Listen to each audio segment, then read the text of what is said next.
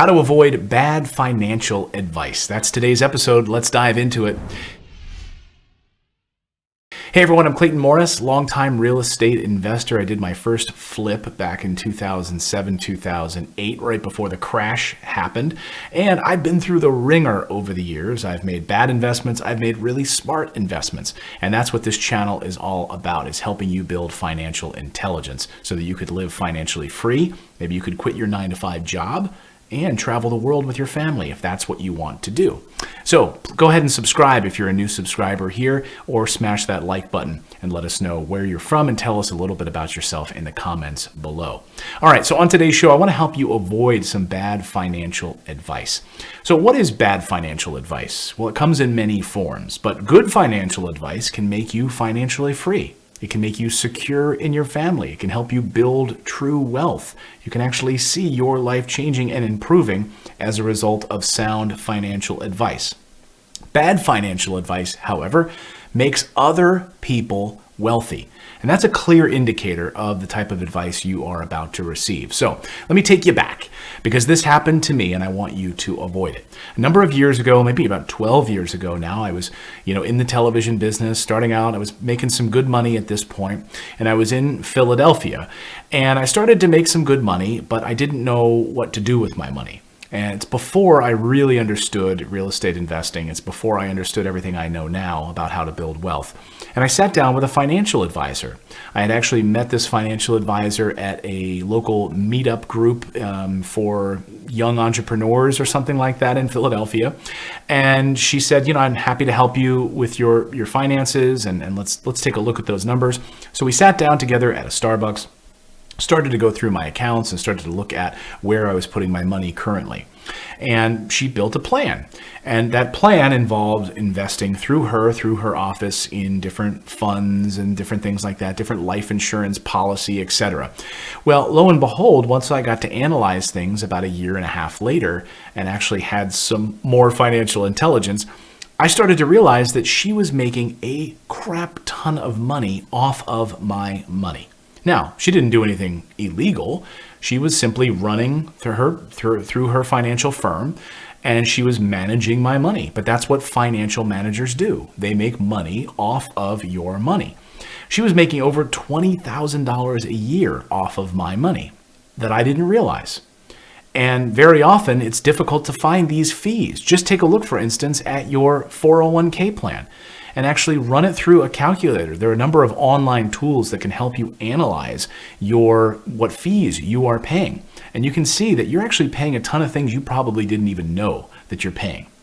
So was this her fault? No, but could she have said, hey, I'm going to make $15,000 a year off of your money? She could have said that. She didn't. And guess what? I didn't know any better, and that was my fault. So people don't take advantage of you. You allow people to take advantage of you. And I didn't have the financial intelligence to do the homework and understand that when you are putting your money through some financial advisor's firm, putting it into different stocks and funds and things, they're making a lot of money off of you. But even more than that, and the fact that she was making money off of me, fine. She was providing a service that she thought she was helping me, she was getting funds put in place, was the fact that she was not wealthy. So this is one of the big points I want you to walk away from today, which is seek your advice from people who are wealthy. Those that are not, like a stockbroker or a real estate broker. I know a lot of real estate brokers who are not wealthy. They don't own any properties. They don't own any rental properties. Stockbrokers who don't have any money. I heard of saying one time that said the reason they're called stockbrokers is because they are broker than you. It's probably true. So when you're sitting down with these individuals and you're getting an idea of what they can help you with as far as wealth building, try to really find out, are they wealthy? Are you seeking your advice from wealthy people or poor people? And that's nothing against poor people. It's just that if I want to be wealthy, why would I seek my advice from a poor person? Doesn't make sense. Now, you probably know wealthy people. And if you don't, time to start looking for some. So when you are in your local church or your local meetup group or some Rotary club that you're a part of, You probably know the wealthy individuals in there. Those are the people that started businesses. They run the local car wash in your town. They have 3 of them, right? They have real estate investments. They are wealthy. They always seem to be traveling with their families. They have passive income coming in. They don't look like they have very much debt. They're not buying liabilities. You don't see them driving around in Lamborghinis and stupid things, right? They are smart with their money. You probably know them. And what I would encourage you to do is to take those people out for a cup of coffee. Take them out to lunch and say, John, look, I notice that you have these 3 businesses. I'm just getting started as a young entrepreneur. I would love to do it correctly. And I'd love to take you out to lunch to learn from you. What mistakes you've made, what advice you could give me on your path to building wealth. You see, because bad financial advice can be costly. It can cost you over $20,000 a year, like it cost me by seeking advice from a financial advisor who didn't know anything about actually building wealth. We had an episode here on the channel which actually was quite controversial, but in the end it was truthful. And we had a guest on. He's a financial advisor. He's a real estate investor. And the episode is called Why Financial Advisors Don't Want You to Invest in Real Estate. And he told us right on the show, the reason is because they don't make money off of your money when you invest in real estate. If you buy a piece of buy and hold real estate, there's no one in between that transaction. You're buying it from someone who's selling it. The tenant pays you and is not paying a financial advisor. So financial advisors will never encourage you to buy a property. They will maybe point you to real estate stocks like a REIT, right? When you invest in a REIT, you are 3 steps removed from actually owning real estate. As Tom Wheelwright, the great CPA, likes to say, why would I invest in a REIT 3 steps removed from the asset when I can actually buy the asset itself? Makes no sense. It's stupid, quite honestly. So as they point out, these financial advisors will encourage you to invest in a REIT so that you're investing in a stock-based real estate fund, which can go down to $0 in value. So you don't actually own the real estate. You own a piece of stock in a fund that owns real estate.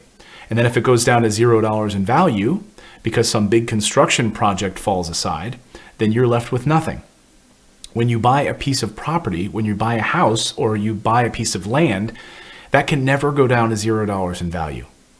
Now, there could be some big catastrophe, of course, right? There could be some volcano that explodes, rendering that property worth $1 or something. But that's ridiculous. You buy a property, a 3-bedroom, 2-bath house, and the property burns down, God forbid. You have insurance on it, so it gets rebuilt. Or even if you were boneheaded and didn't get insurance on the property, the land is still worth something. When you invest in a REIT and it goes down to $0 in value, you're out of luck. So when you're getting your financial advice, make sure you're getting your financial advice from wealthy people, people who have done this before. And step back and ask yourself, are they making a ton of money off of my money? So here's a perfect example. Watching a Super Bowl commercial or watching a World Series commercial, NBA playoffs, and you notice Charles Schwab or Fidelity Investments, follow the green line to retirement. They're spending millions of dollars, millions, to have a Super Bowl ad or a World Series ad so that they can attract you to walk into the local office, the branch office, and say, I want you to manage my money. They're spending millions to have you walk in there. Now, then you put your money with those financial advisors. They're making money off of your money while it's sitting in there. And what kind of returns are we talking about? They're having you invest in ETFs or mutual funds. Great, great. Or they're going to manage your 401k plan, which is, my feelings on the 401k plan. So be very aware of where you're getting your information from.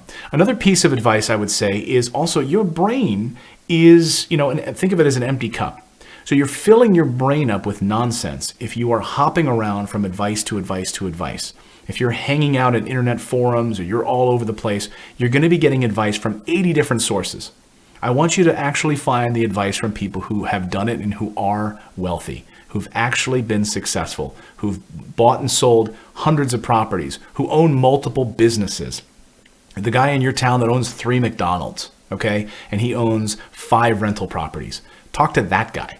That's the guy I want you to take out to lunch. Say, hey, would you like to go to lunch at Burger King? But those are the people you need to find. They're all around you. Just get off your duff and go find them. So seek your advice from people that have built wealth, people that you would like to emulate. Is there someone that you notice travels the world all the time, has multiple businesses, has cash flow flowing in, but doesn't live lavishly in some ridiculous house with liabilities? Pay attention to those people. Take those people out to lunch and seek their advice. That is how you advance. And another way you advance is from today's sponsor, our friends over at Skillshare. Skillshare is an online learning community for creators with more than 25,000 classes in design, in business, and more, like productivity. You want to become a better business leader? Check out their classes on Skillshare. Their premium membership gives you unlimited access, so you can join the classes and communities that are just right for you and your New Year goals.